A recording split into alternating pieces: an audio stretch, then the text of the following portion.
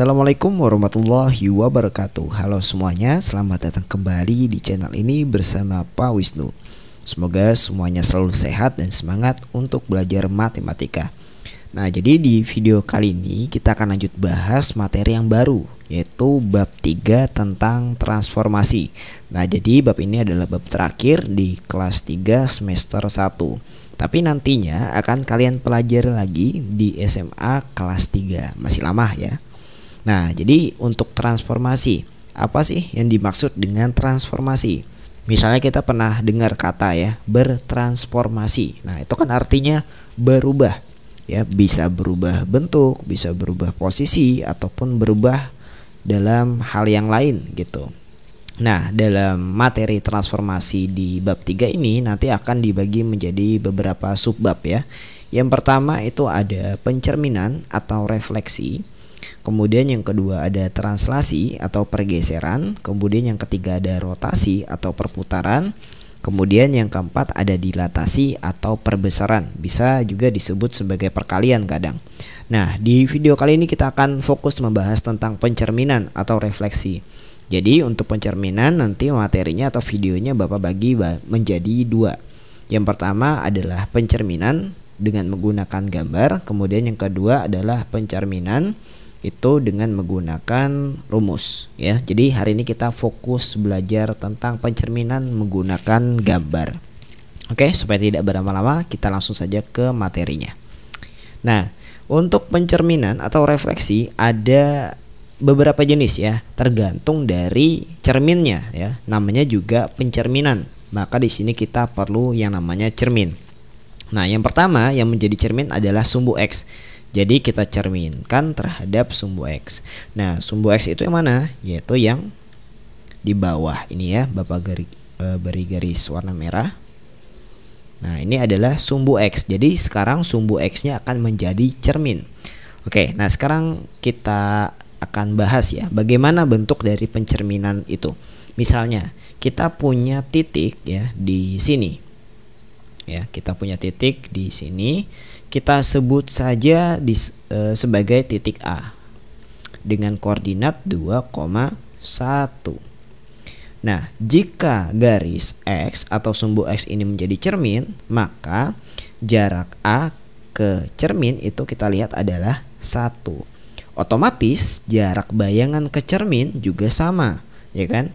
Nah, jaraknya juga 1 dari cermin ke bayangan. Jadi bayangannya ada di sini ya, yaitu kita sebut sebagai A aksen dengan koordinat 2,-1. Nah, seperti itu ya.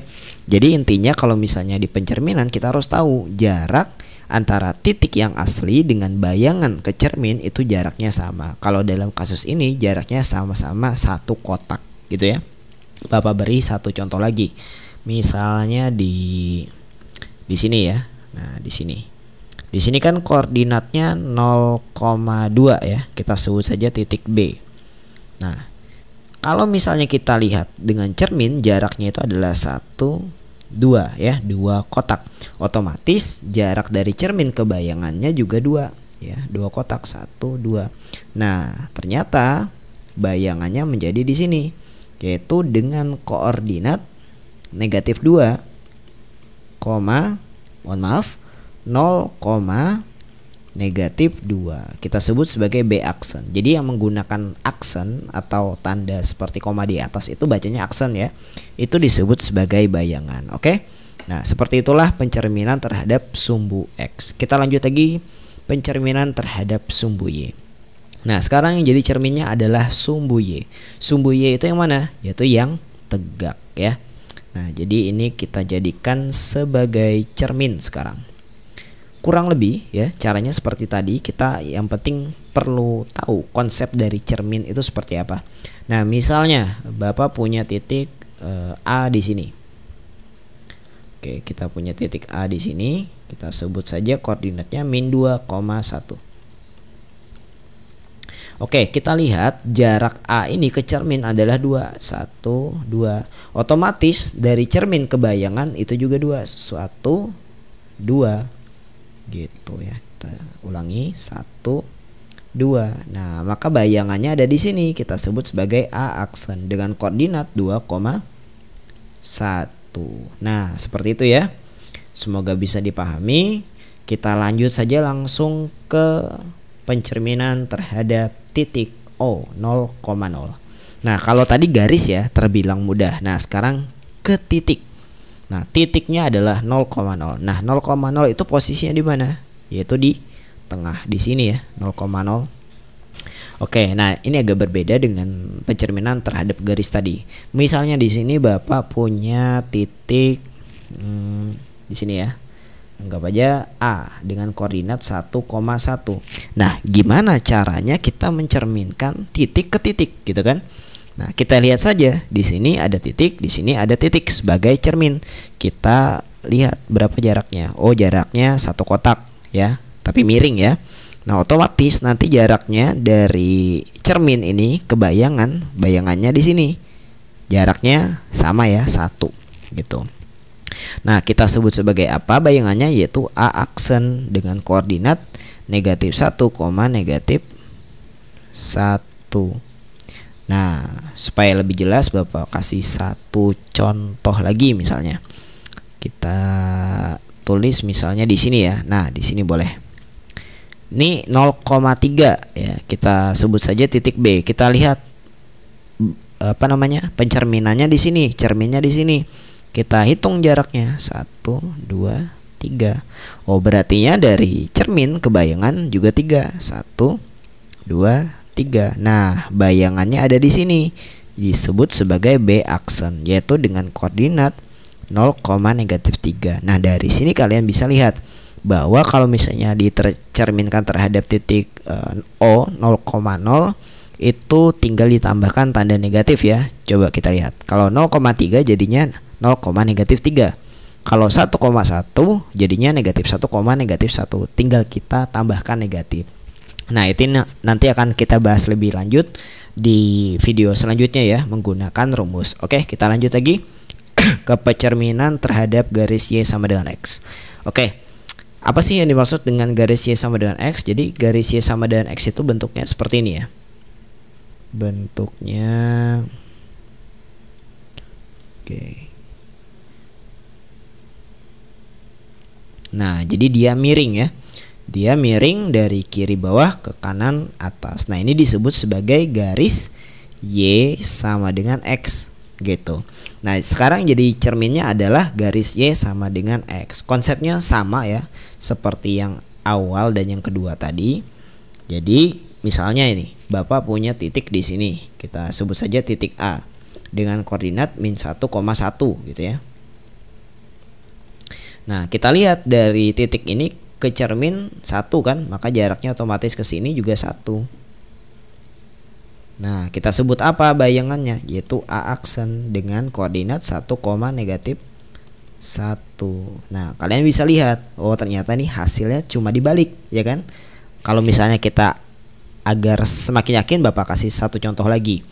Misalnya di mana ya? Di sini lah. Nah, misalnya ada B 0,3.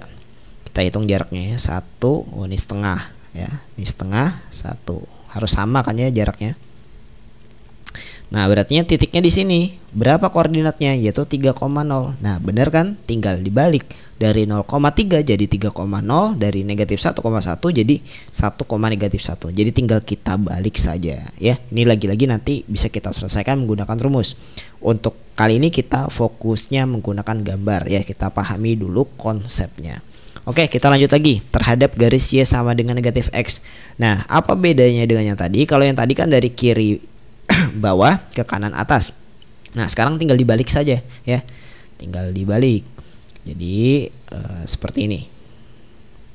Nah, dari kiri atas ke kanan bawah garisnya. Ini disebut sebagai garis Y sama dengan negatif X.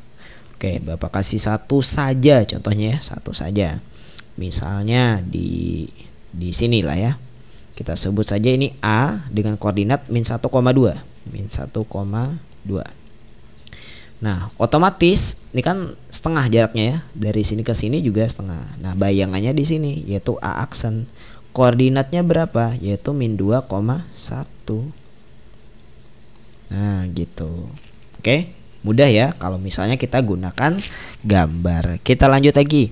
Terhadap garis Y sama dengan A. Nah apa sih yang dimaksud dengan Y sama dengan A?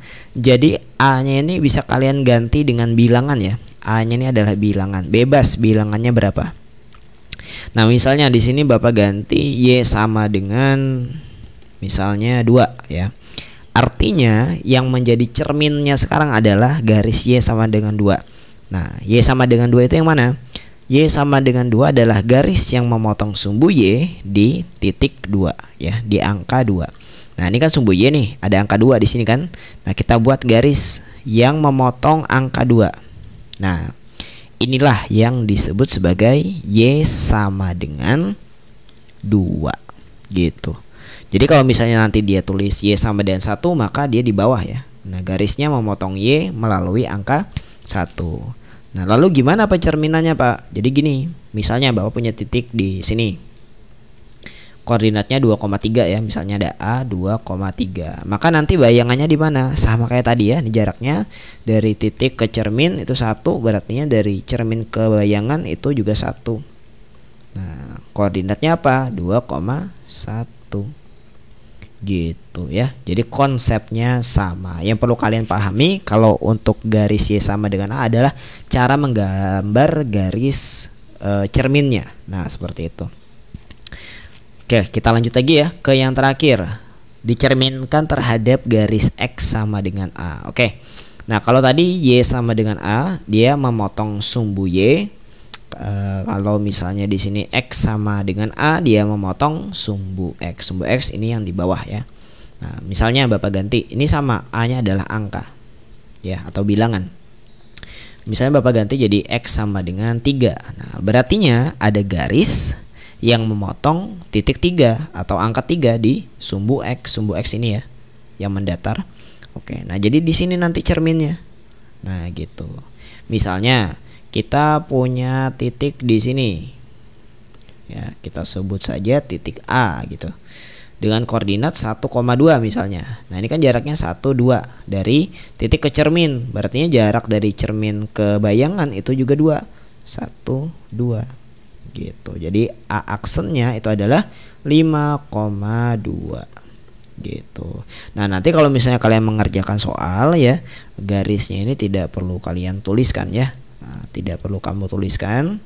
Yang perlu dituliskan hanyalah titik asalnya ya. Titik asalnya itu misalnya A dan juga titik bayangannya. Nah, jadi seperti itu. Oke. Nah, silakan diulang-ulang videonya ya. Kalau misalnya ada yang kurang dipahami, kalian boleh tuliskan pertanyaan di kolom komentar. Insya Allah nanti Bapak jawab ataupun Bapak buat video yang lain ya untuk menjelaskan pertanyaan dari kalian gitu. Oke, nanti kita jumpa lagi di video yang lain dengan pembahasan yang sama, yaitu refleksi hanya saja menggunakan rumus. Oke, terima kasih sudah menonton video ini.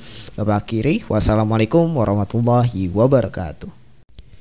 Terima kasih sudah menonton video ini. Jangan lupa like, komen, share, dan subscribe agar kamu tidak ketinggalan info bermanfaat lainnya dari channel ini. Wassalamualaikum warahmatullahi wabarakatuh.